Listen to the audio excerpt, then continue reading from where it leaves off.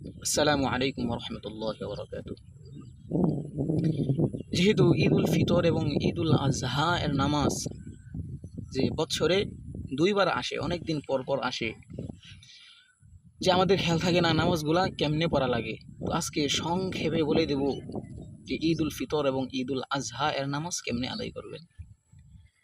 তো যেহেতু কালকে ঈদ উল আজহা এর নামাজ, তো নামাজ পড়ার আগে আমাদের একটা বিষয় জানা দরকার যে ঈদের নামাজ অতিরিক্ত 6 তাকবীরের সহিত আদায় করা লাগে।